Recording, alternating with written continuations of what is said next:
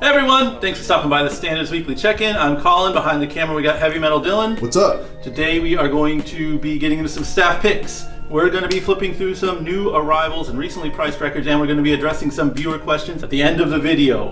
As always, if you see anything you like, you can hit the DMs on Instagram, you can give the shop a ring, or you can just cruise by. We're open 11 to 8, 7 days a week. Without further ado, Dylan, tell the people what you've been listening to. Alright, well, you know, everyone, I finally gave this album a real deal chance. Yes. And I gotta say, I really like this album now. I play it all the time.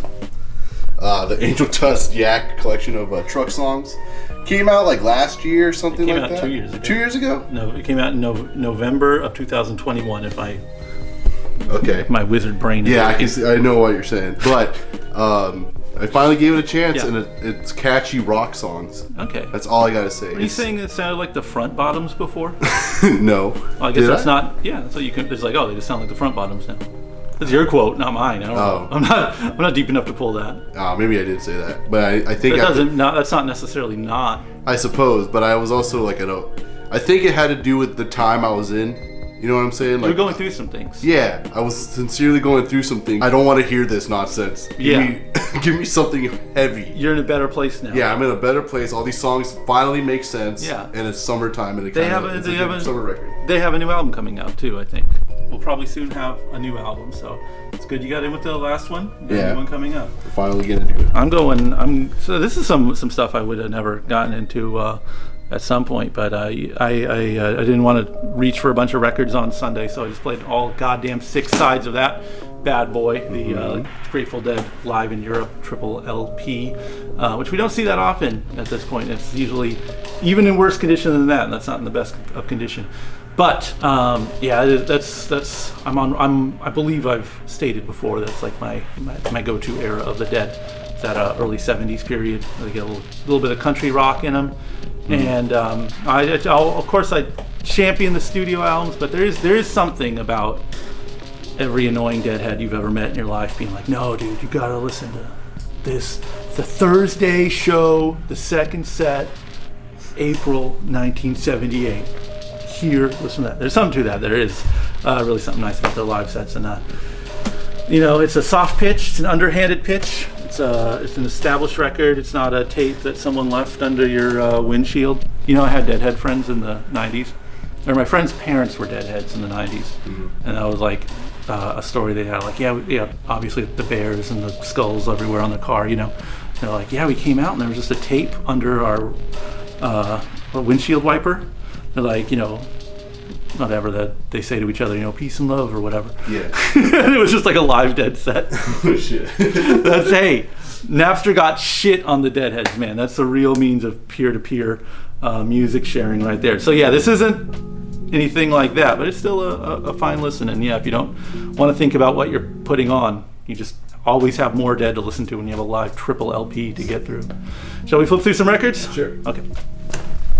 Been a while since we've been here and been proper. Yeah, it's been a minute. Wild, crazy summer nights. Yeah, just wild on a Monday. Hot summers in the city. We asked before our grand hiatus about terrible reunion shows, which I asked about in relation to nothing. Yeah.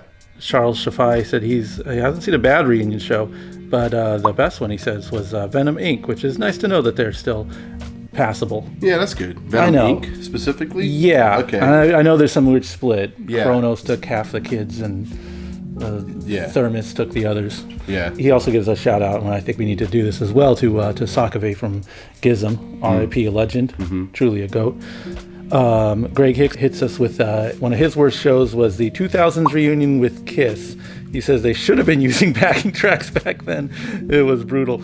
And then he says the Ace solo stuff in the last decade has been much better. Yeah, I think all the fans side with Ace, more or less. Yeah. But yeah, it is funny. It's like, they're lip syncing. It was like, you want a lip syncing or you want a guy's voice to be just completely massacred.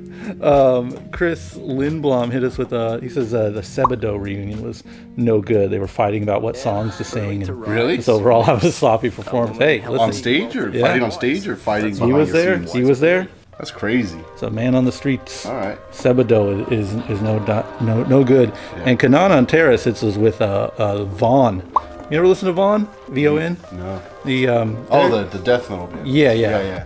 Okay. Yeah, which is I did see that those shows were coming around, and it looked pretty rough. Mm-hmm. They were kind of catch as catch can, and I feel like with bands like that, so much of the charm is the production of like, you know, some insane sounding demo from like 20 years ago. It's not like, oh yes, they're playing this song I love, especially when it's like, you know, a one-man band or something, and he just gets a bunch of 20-something dudes to play the riffs. It's not a surprise that that's a dud. It is depressing. Yeah, you got it. What was it? You got any that I've seen with my own two eyes? Own two eyes. You're there. It's a bad time. No, not in person. Yeah. I know there's one that exists currently. Currently. You see, I don't want to even say their name. I feel bad. Yeah, sadly, I won't say the name of the one I did see that was really bad, because I don't think they deserve that. But I'll play the really easy route and say Abused, circa like 10 or 15 years ago. Yeah. It's another case of like, yeah, it's not a band, it's like 10 minutes of music. And the music they were playing is like not exactly, you know, some high-level musicianship or anything that like a bunch of teenagers in your town couldn't do. Yeah. With a little bit of gusto. Mm-hmm. And there was no gusto. And that stuff's another one where it's like, oh, Abused are playing, they're on a big stage with a PA and all this stuff, and it's like, oh yeah, that's not how that music's meant to be experienced. It is really just like a dub tape of a bootleg 7-inch that you're listening to on your Walkman. That's the ideal way to experience the Abuse. Yeah.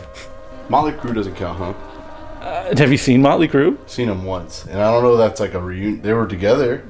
Yeah, I guess so, huh? So yeah. I guess technically not a breakup, but yeah, I mean, I'll count it. There's just like, hey, we're on tour and we're opening for Kiss, and Kiss was fine. Yeah. But like Motley Crue was just terrible.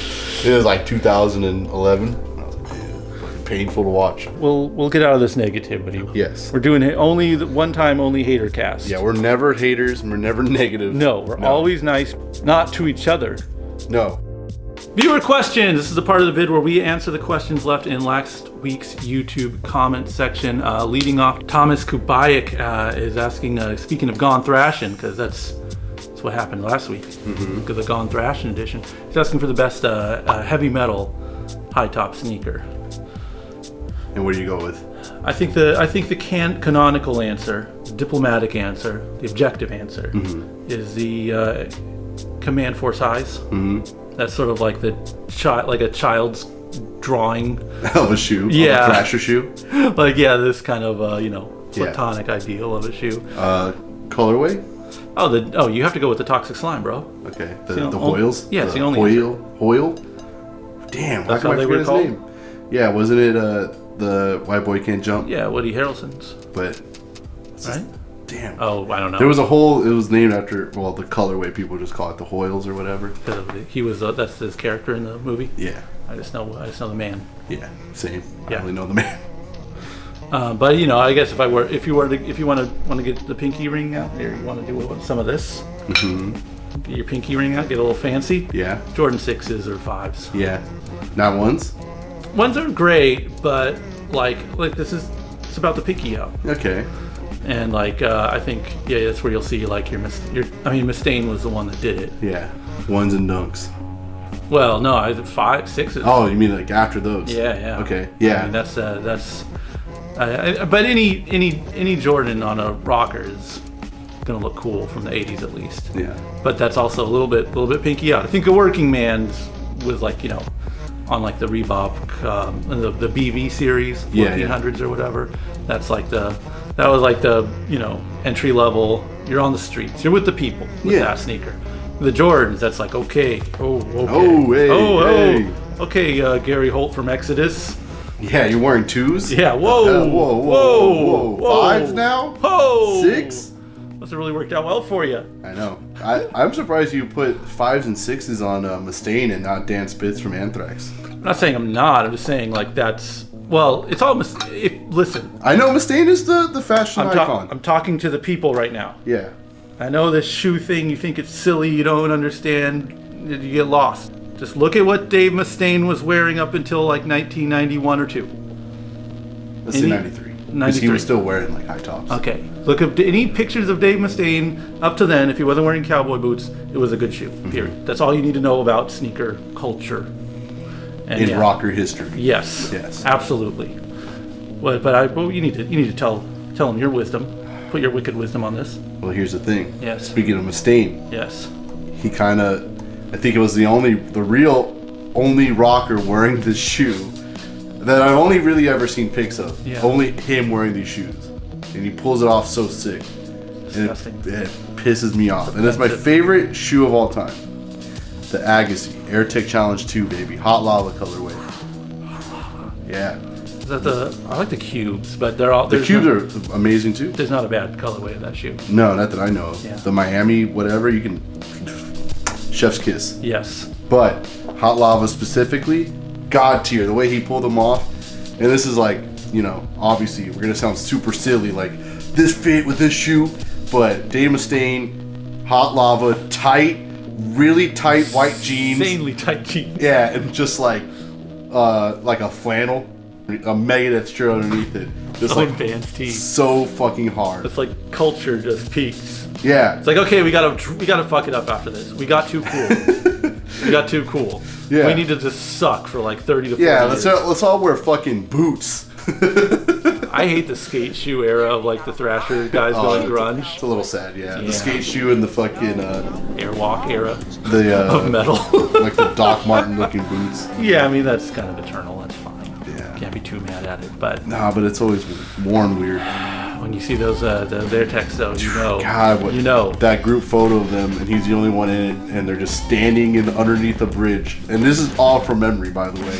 It pisses me Off off. the dome. Yeah, just like makes me so sad that I can't. Seared in the brain. Yes.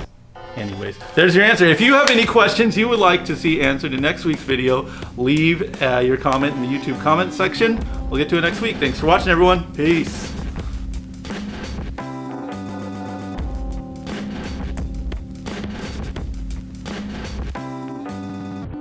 Get your pinky ring out, get a little fancy.